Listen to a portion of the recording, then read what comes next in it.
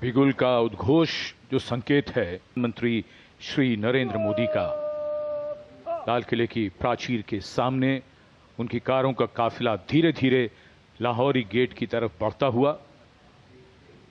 लाल किले के लाहौरी गेट पर प्रधानमंत्री की अगवानी रक्षा मंत्री श्री राजनाथ सिंह करेंगे। लगातार 12वीं बार वो इस समारोह के लिए पधार रहे हैं। आजादी के जश्न में निखरा भारत के लोकतंत्र का रंग, उत्सुकता बढ़ती हुई, जोश चढ़ता हुआ और आगमन हो रहा है माननीय प्रधानमंत्री का।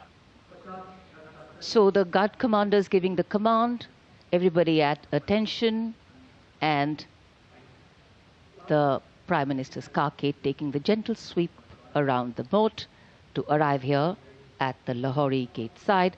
The Republic of India celebrating its 79th Independence Day, and the leader of the government of the largest democracy in the world being accorded a ceremonial salute and welcome. लाल किले के ऐतिहासिक लाहौरी गेट पहुंचने पर माननीय प्रधानमंत्री श्री नरेंद्र मोदी का विधिवत स्वागत रक्षा मंत्री श्री राजनाथ सिंह के द्वारा, रक्षा राज्य मंत्री श्री संजय सेठ और रक्षा सचिव श्री राजेश कुमार सिंह भी यहां पर उपस्थित। दिल्ली एरिया के general officer commanding lieutenant general Bhavnish Kumar माननीय प्रधानमंत्री महोदय को सलामी मंच तक ले जाएंगे, जहां उन्हें थल सेना, नौसेना, वायुसेना और दिल्ली पुलिस के 96 जवानों का गार्ड ऑफ ऑनर दिया जाएगा।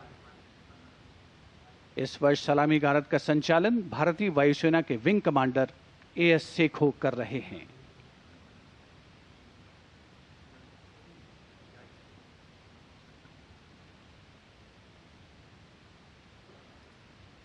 सेना पुलिस कमान गार्ड जनरल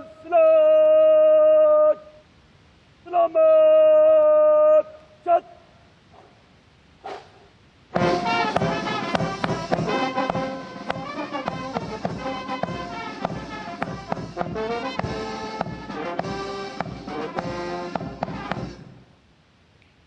सेना पुलिस कमान गार्ड अजब चत।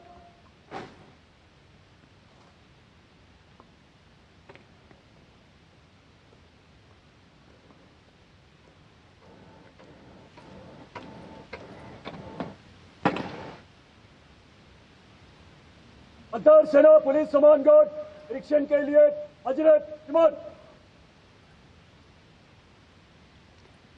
The overall commander of the Prime Minister's Guard of Honor informing the Prime Minister that the guard is ready and requesting him to inspect the Guard of Honor. The band positioned there will strike up a slow march during the inspection.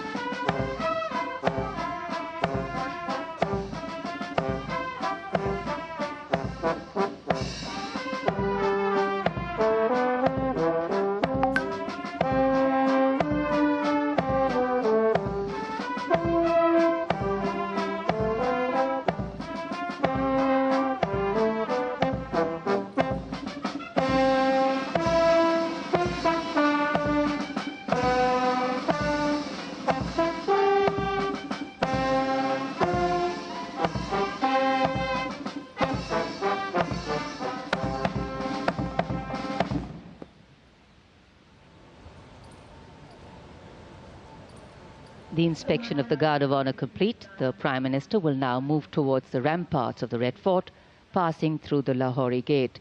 The flag hoisting ceremony at the ramparts, followed by the Prime Minister's address to the nation, are the high point of today's celebrations here. Nation building is a complex, collaborative and cumulative task. It happens over a period of time marked by intense and steadfast commitment. Today, Prime Minister Narendra Modi will share with the nation some victories, some challenges and some changes on his government's journey towards nation building. सम्मान गारद का निरीक्षण करने के बाद प्रधानमंत्री अब लाल किले की प्राचीर की ओर अग्रसर। उनके साथ दिल्ली एरिया के GOC lieutenant general Bhavnish Kumar. विशाल और भव्य लाहौरी गेट, जहां प्रवेश के लिए काठ का पुल, 41 फीट ऊंचा और 24 फीट चौड़ा लाहौरी गेट, ऊंचा मेहराबदार दरवाजा, दरवाजे की 3 मंजिलें।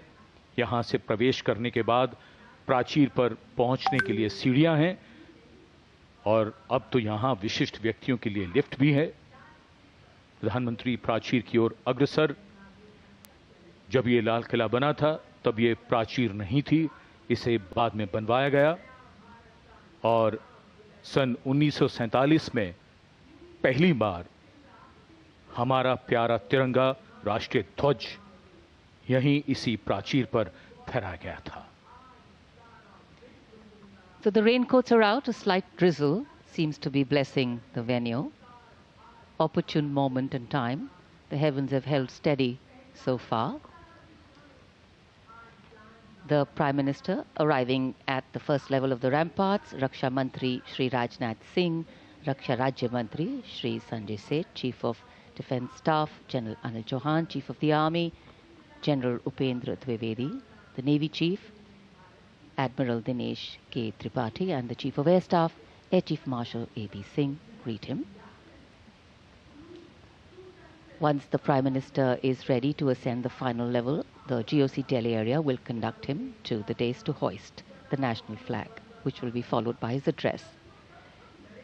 In fact, when the flag hoisting is done, it will be synchronized with the 21-gun salute by the valiant gunners of the 1721 Field Battery Ceremonial. The ceremonial battery, utilizing the indigenous 105mm light field guns, will be commanded by Major Pavan Singh Shekhawat, and the gun position officer will be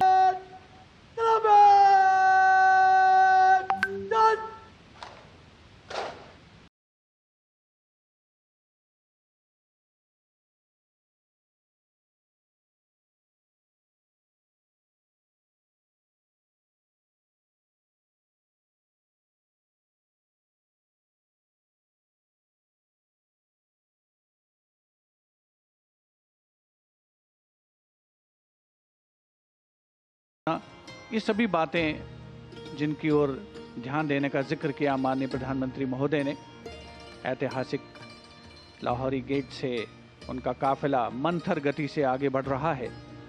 inform, perform, transform, प्रधानमंत्री महोदय ने अपने उद्बोधन में कहा कि उससे भी आगे जाने की आवश्यकता है और भारत को उद्बोधन में कहा कि उससे भी आगे जाने की आवश्यकता है और भारत को 2047 तक एक विकसित राष्ट्र बनाना है तो नए संकल्प लेने हैं।